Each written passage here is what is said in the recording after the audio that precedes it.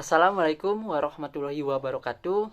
Perkenalkan, nama saya Septa Pratama Suryani dengan NIM 666122024. Di video ini saya akan menjelaskan atau menyelesaikan UTS dari mata kuliah Manajemen Strategi, di mana UTS pada kali ini yaitu menjelaskan mengenai visi, misi, tujuan, sasaran, dan lingkungan eksternal dan internal, di mana organisasi publik yang saya ambil yaitu di Universitas Sultan Ageng Citayasa. Oke, selanjutnya simak penjelasan dari saya di video ini.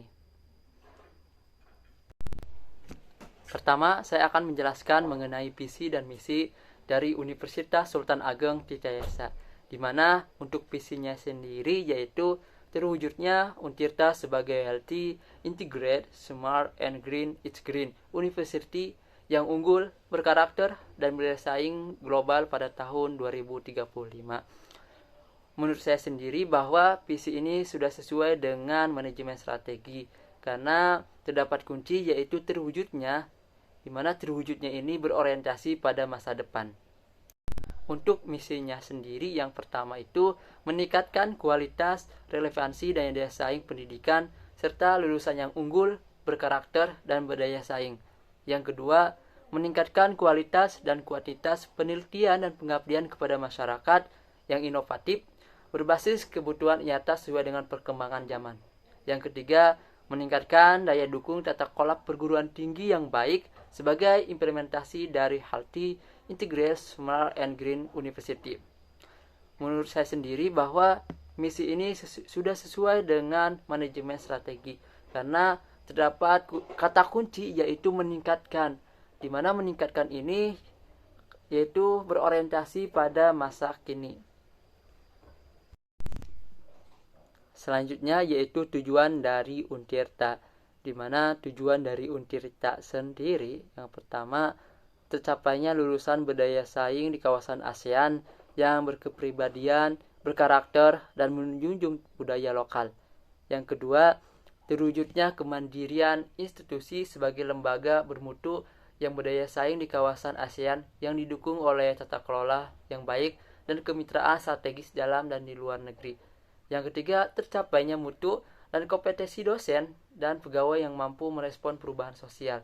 Yang keempat, tercapainya hasil penelitian dan pengabdian pada masyarakat yang berkualitas dan terpublikasi dengan reputasi nasional atau internasional.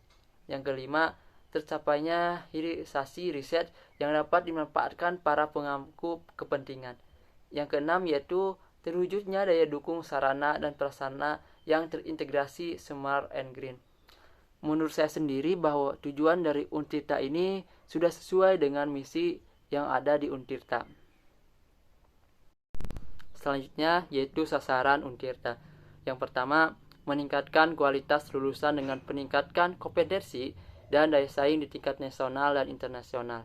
Yang kedua, meningkatkan kualitas pengajaran, penelitian, dan pengabdian pada masyarakat yang berorientasi pada kebutuhan pembangunan berkelanjutan. Yang ketiga, meningkatkan kualitas dan efektivitas tata kelola perguruan tinggi. Yang keempat, meningkatkan kemitraan dengan institusi dan organisasi dalam dan luar negeri. Yang kelima, meningkatkan kualitas layanan dan pengembangan masyarakat. Yang keenam, meningkatkan sarana dan prasarana yang terintegrasi Smart and Green. Menurut saya sendiri bahwa sasaran ini sudah sesuai dengan tujuan yang ada di Untirta. Selanjutnya yaitu analisis lingkungan eksternal dan internal dari Untirta. Yang pertama mengenai lingkungan eksternal, di mana di eksternal ini yang pertama ada sosial kultur, contohnya ini seperti masyarakat, lalu supir angkutan umum dan kota atau angkot, dan juga pedagang. Yang kedua yaitu teknologi. Teknologinya ini misalkan Instagram, TikTok, Twitter, dan juga WhatsApp. Lalu yang ketiga ada environmental, yaitu misalkan APBN, APBD, dan ISDBD. Jadi yang terakhir yaitu public policy, yaitu contohnya Kementerian Pendidikan. Selanjutnya yaitu lingkungan internal. Yang pertama ada yaitu menyediakan pembelajaran. Yang kedua ada money, yaitu contohnya UKT, uang pangkal, terus bantuan pemerintah atau bantuan dari swasta untuk beasiswa. Yang ketiga itu mesin, contohnya mobil, sepeda, komputer, dan juga laptop. Yang keempat, metode, contohnya itu jadwal harian belajar 1-3 MK per hari, lalu mengikuti webinar yang disediakan. Yang kelima yaitu market, contohnya Sepada, Siakat, Sirata, Instagram, TikTok, Facebook, Twitter. Yang terakhir yaitu material, contohnya buku, pulpen, kursi, infokus, papan tulis, dan lain sebagainya. Selanjutnya yaitu analisis faktor internal atau IPAS dari Untirta. Yang pertama yaitu kekuatannya. Yang pertama, lokasi yang strategis. Untuk bobotnya 0,20, rating 4, skor 0,80. Yang kedua, tenaga pengajar yang profesional. Untuk bobotnya sendiri 0,20, rating 4, dan skor 0,80. Yang ketiga, adanya dukungan dari pemerintah daerah Banten. Bobotnya 0,18, rating 3, skor 0,54. Yang keempat, memiliki akreditasi institusi A atau unggul. Untuk bobot 0,14, rating 3, skor 0,42. Yang kelima, program studi dengan akreditasi A sebesar 20% dan akreditasi B sebesar 54%, serta memiliki 61 program. Bobot 0,16, rating 4, skor 0,64. Yang keenam, memiliki kampus baru representatif. Bobot 0,12, rating 4, skor 0,48. Untuk totalnya sendiri, untuk bobot 1 dan skornya 3,68. Berdasarkan tabel yang sudah saya jelaskan bahwa skor tertinggi terdapat pada lokasi yang strategis dan tenaga pengajar yang profesional dengan nilai yaitu 0,80. Hal ini menandakan bahwa lokasi yang strategis dan tenaga pengajar yang profesional sangat mempengaruhi tujuan Untirta dan berdampak terhadap kemampuan Untirta sendiri. Yang kedua yaitu kelemahan. Yang pertama, sarana dan prasarana yang masih kurang memadai. Untuk bobot 0,20, rating 3, skor 0,60. Yang kedua, sebagai PTN PKBLU masih mengandalkan uang kuliah tunggal atau UKT. Mahasiswa sebagai sumber pemasukan PNBP. Untuk bobotnya sendiri 0,20, rating 3, skor 0,60. Yang ketiga, pengelolaan manajemen perguruan tinggi belum terintegrasi dengan baik. Bobot 0,20, rating 3, skor 0,60. Yang keempat, kurangnya fasilitas umum seperti shuttle bus untuk memudahkan akses. Bobot 0,15, rating 3, skor 0,45. Yang kelima, resource sharing antara unit dan networking dengan alumni masih rendah. Bobot 0,14, rating 2, skor 0,24. Yang keenam, belum optimalnya memanfaatkan aset-aset yang ideal yang bisa menjadi potensi pendapat. Bobot 0,11, rating 2, skor 0,22. Untuk total dari bobot sendiri yaitu 1 dan skornya 0,71. Berdasarkan tabel yang sudah saya bahas, bahwasannya skor tertinggi terdapat pada sarana dan prasarana masih kurang memadai. Lalu sebagai PTN PKBLU masih mengandalkan uang kuliah tunggal atau UKT, mahasiswa sebagai sumber pemasukan PNBP, dan pengelolaan manajemen perguruan tinggi belum terintegrasi dengan baik dengan nilai 0,60.